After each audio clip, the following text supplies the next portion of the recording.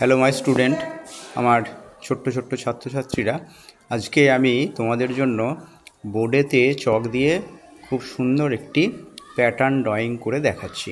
তোমরা এই ভিডিওটা শেষ পর্যন্ত দেখবে আমি কিভাবে করছি। আর এই ড্রয়িংটা আমি তো চক দিয়ে ব্ল্যাকবোর্ডের উপরে করছি, তোমরা এটা খাতার মধ্যে পেন্সিল দিয়ে আর প্যাস্টেল কিংবা পেন্সিল কালার বা কেস পেন ইউজ করতে পারো। প্রথমে ভিতরের ব্যাকগ্রাউন্ডটা হালকা করে কালার করে নেবে, নিয়ে তারপরে প্যাটার্নগুলোকে তোমাদের ইচ্ছামতো কালার দিয়ে প্যাটার্ন লাইনগুলোকে টানবে, দেখবে খুব সুন্দর লাগবে ছবিটা। আর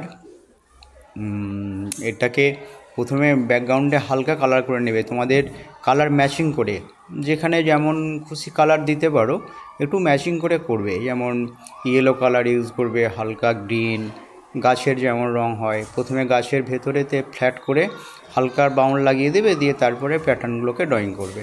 ঘরের চালে আমি এখন প্যাটার্নটা ড্রয়িং করছি, দেখবে তোমরা প্রথমে ঘরের চালেতে হালকা ব্রাউন কিংবা হালকা রেড দিয়ে তারপরে তার উপরে ব্রাউন দিয়ে প্যাটার্নটাকে ড্রয়িং করবে, দেখবে খুব সুন্দর লাগবে।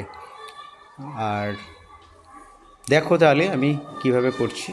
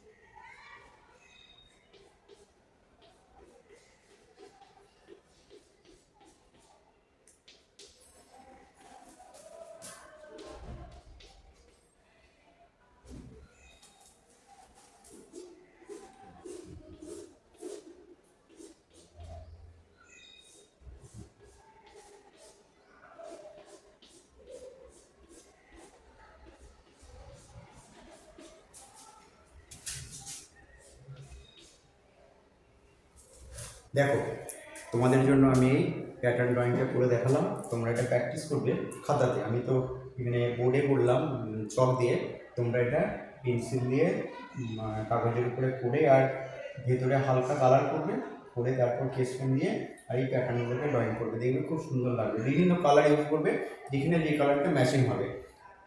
আশা করি তোমাদের এই ভিডিওটা ভালো লাগবে। আর যদি আমার এই ভিডিওটা ভালো লাগে, এই ধরনের ছবি তোমাদের ভালো লাগে, আমাকে কমেন্ট করে জানাবে। আমি তোমাদের জন্য এই ধরনের আরও নতুন নতুন ছবি তোমাদের জন্য ড্রয়িং করে দেবো।